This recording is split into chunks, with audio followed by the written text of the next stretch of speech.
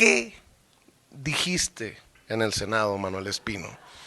Porque se le pararon los pelos a más de uno, incluyéndome a mí, que estabas proponiendo pactar con el narco, que ya le habías enviado mensajes y que te habían contestado dos cárteles o dos no sé quiénes.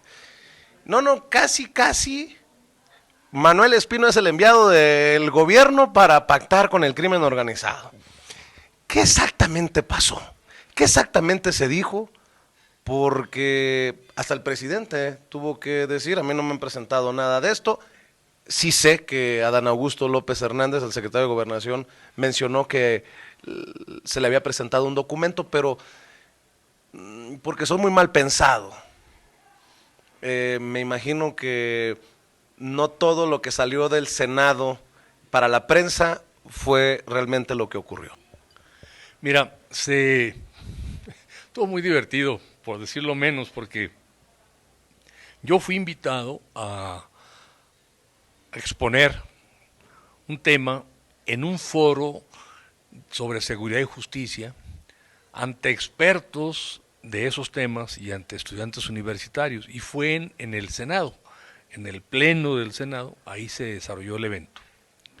Y me tocó exponer pues, alternativas de solución para la situación de inseguridad y violencia que vive el país, que eso es innegable, aunque hemos mejorado, como ya lo dije hace rato, un poco, todavía el problema es muy alto.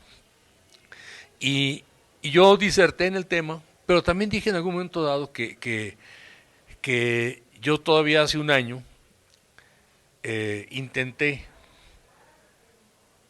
que se considerara en México la posibilidad del diálogo con grupos delincuenciales o con delincuentes. Claro, esa es una alternativa, eso no es pecado, eso no es inmoral.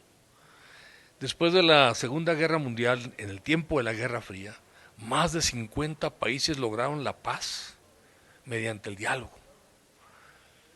Y en algunos de ellos estaban participando grupos criminales, como fue en el caso de El Salvador, como fue en el caso de Colombia. En Colombia había gente de la guerrilla de extrema izquierda, paramilitares de la extrema derecha, grupos del narcotráfico, gobierno y otros grupos criminales, no necesariamente narcotraficantes. Y además fue el país que más larga historia de violencia ha tenido en el hemisferio occidental. Y lo lograron. Tuvieron que acordar. Acordar no es pecado. Entonces, si se trata de salvar vidas, si se trata de insertar a un país en la ruta de la prosperidad sin violencia, pues bienvenido eso. Entonces yo le entregué un documento al secretario de Gobernación donde reflexiono sobre esto. O sea, en un proceso de paz, lo más absurdo es recurrir a las armas, porque con la guerra no haces la paz. En un proceso de paz, el diálogo es una alternativa. Y hay diferentes modelos. Yo proponía ahí que se adoptara el modelo de la reinserción social, que es lo que acuerde sea para reinsertar a la vida ordinaria, a la vida legal, a la vida productiva, a delincuentes o a grupos delincuenciales, sin que eso implique perdonar delitos cometidos en el pasado, sino abrir puertas hacia el futuro de la reinserción por la vía pacífica. Eso es lo que reflexiona el documento. No propuse, como algunos dijeron, un plan. No, falso. Y eso no dije ahí. No propuse una estrategia. No propuse un acuerdo concreto, que sí, que no. No propuse nada. Simplemente sugerí la posibilidad de que en México nos abramos a la vía de los acuerdos. Y eso fue hace un año, en octubre del año pasado. Y ahí dije que el secretario de Gobernación ya no contestó y yo di por desechado el tema, pero que además en esas fechas también se lo comenté, ahí no le entregué un documento a la secretaria de Seguridad, a la licenciada Rosa Isela, y ella desechó el tema, y fuerte, dijo, no, por ahí de ninguna manera. Bueno, ya me olvidé del tema. Ahora que voy a dar una conferencia al Senado, no a los senadores, insisto, a un foro de estudiantes y de especialistas en temas de seguridad, estaba narrando lo que ocurrió hace un año. Fue una anécdota, Pero hay una parte en la que yo digo que le dije al secretario que eso que yo le estaba sugiriendo trataría de socializarlo también, hacerlo llegar a grupos delincuenciales. Y que dos, o aparentemente dos, porque pues, cuando me buscaron no les pedí identificación, ya que te busque alguien que dice que se dedica a esas actividades, pues ya es suficiente para que te pongas alerta. Y cuando me preguntaron a propósito de que yo había pretendido ser candidato a gobernador, me dicen, oye, si usted llega a ser gobernador, ¿qué haría con nosotros? Que pues cambiaríamos todo. Digo, ¿por qué no puede seguir siendo las cosas como están? Que es complicidad, que ustedes imponen a veces hasta funcionarios o pagan con maletas de dinero la voluntad cómplice de funcionarios. Digo, eso tiene que parar. Y digo, ¿pero qué proponen? Tengo claro cuatro cosas. Con ustedes no se puede gobernar, porque eso es complicidad. Contra ustedes tampoco, porque eso es guerra. Ya cometimos la estupidez en tiempos de Calderón de eso y nos fue como nos fue. A pesar de ustedes tampoco, porque no los podemos ignorar, no se les puede ignorar, ahí están. Los gobiernos llegan y se van y ustedes ahí siguen. Y cada vez con mayor presencia, están imbricados con la vida política, económica y social de este país.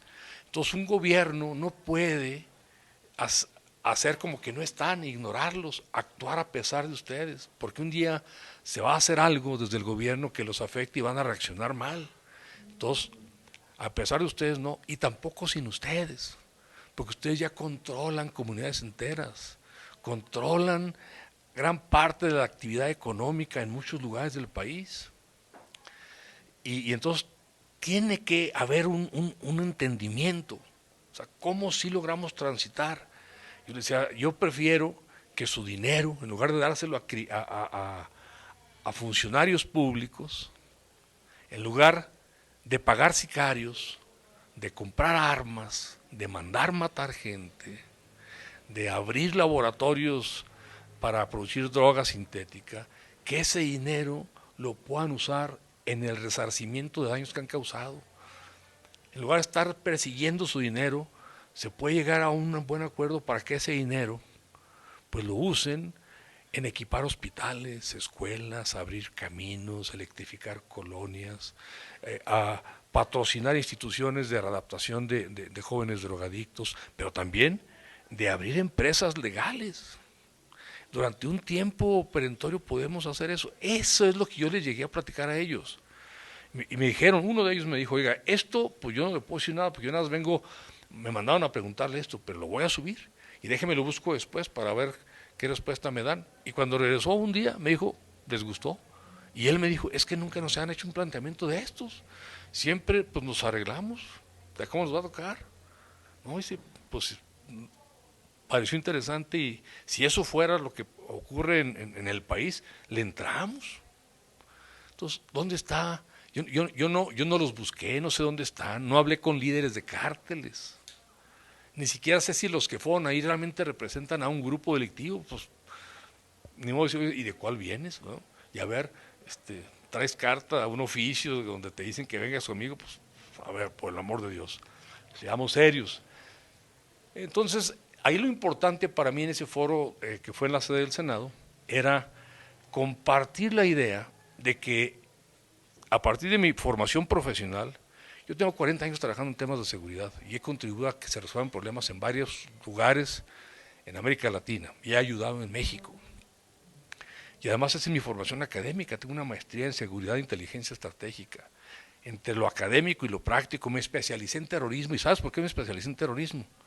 Porque mi lógica, cuando yo estaba en esa tarea de preparación académica, decía, el que resuelve un tema de terrorismo resuelve todo.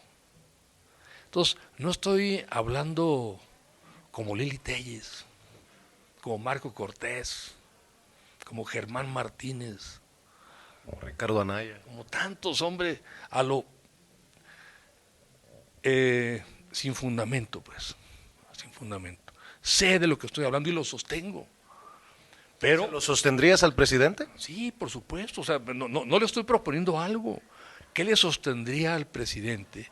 Que si él llega a ver condiciones ahora, en el corto plazo, para abrirse a la posibilidad del diálogo, que lo haga, que no lo descarte, o sea, no es inmoral, no es inmoral. ¿Se puede en un país en el que han contaminado, envenenado